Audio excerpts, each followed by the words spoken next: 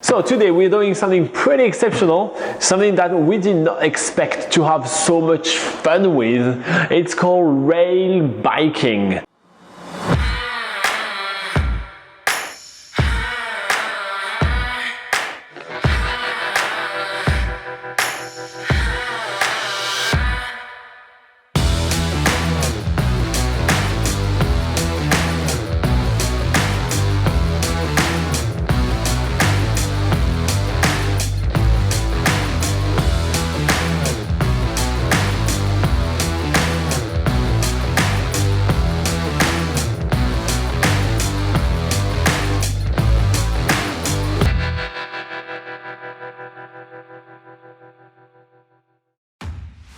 So I'm making sandwich quickly because today we're going to visit the Forgotten World Highway by rail bike, and turned out that since the world has been forgotten, there is no food around.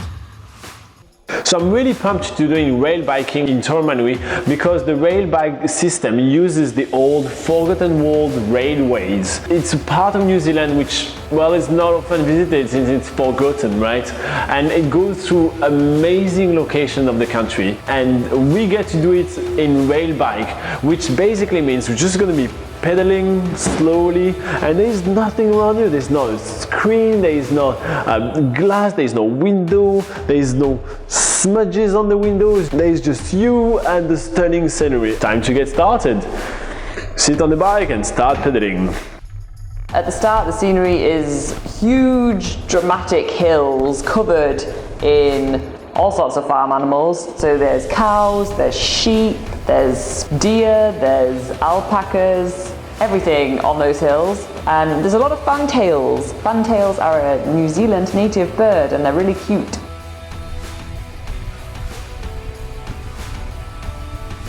We're starting with tunnel number 24, and tunnel number 24 is very popular for one reason, and one reason only. It is the 7th longest tunnel in the southern hemisphere. It is 1.5 kilometers long. It is insane!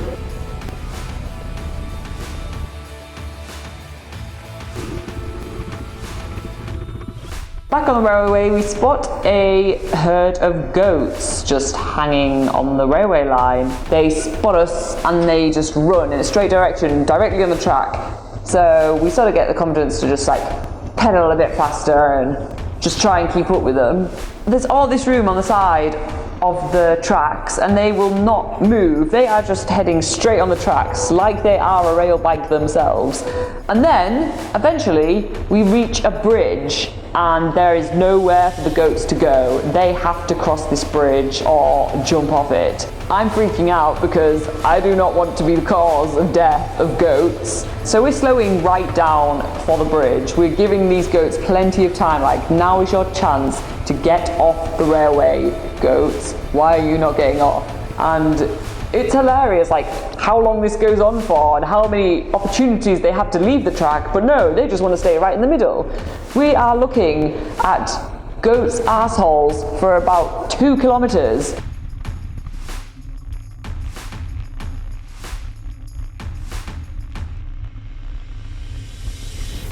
It feels pretty comfortable. You're getting enough exercise to keep warm because it is in the middle of the winter right now, and it's actually still raining, and yeah, we're getting a little bit wet, but we are warm enough because we're pedaling, and we're not exerting ourselves too much. We can, if we want to go faster, we can just paddle faster and go as fast as we like. It's really up to us, but we just kind of want to cruise along, take some photos, because this is what we're here to do. We're taking photos, we're doing videos, and just trying to make it all look great for you guys.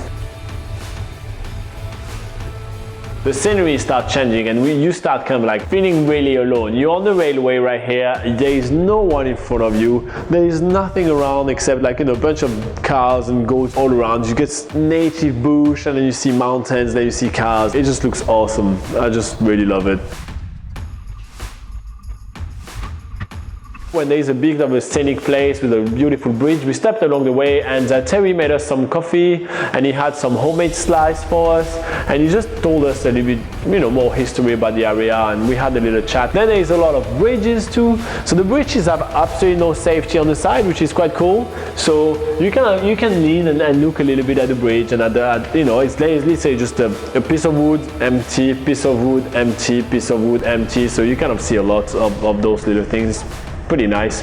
Now we get some green lush hills, and you get some side of the mountain with like some green grass and a lot of sheep grazing, and it just looks amazing. The forgotten world, that's exactly what it is. It's just left behind, hasn't moved for decades, hasn't changed for decades. The only thing that have changed, that is now more vegetation around, that's it. There is nothing else, and it's amazing. I love it. We're travelling through some more bridges, which you can see how long these bridges have been left here. There's like moss and different vegetation growing out, in and around. It looks forgotten, gives the name of it Forgotten World Railway. Yeah, everything looks forgotten here, and you feel so sort of alone while you're doing this journey, like you're out in the wilderness, there's no one there to disturb you, just you and the railway.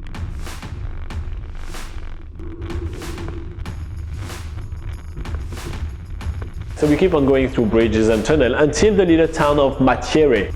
This town, during the mining days, where railway once serviced this town, used to have about 750 people living in it. Now within the town, only 8 people remain.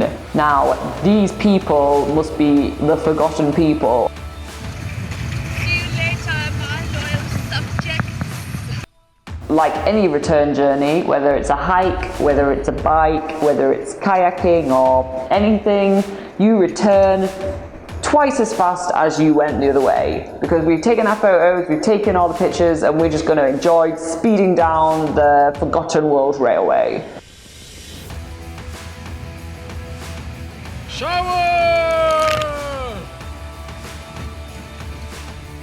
Even though we did such a short section today, and it was just like a taste of what the rest of this journey is. This journey can go on for 140 kilometers, even through national parks and all that. So we just got a taste today of what this whole journey would be like. And we had left like wanting more. We're like, yeah, we could definitely do the whole Forgotten World Railway, and that would be such a cool adventure. Yeah, we're pumped about that.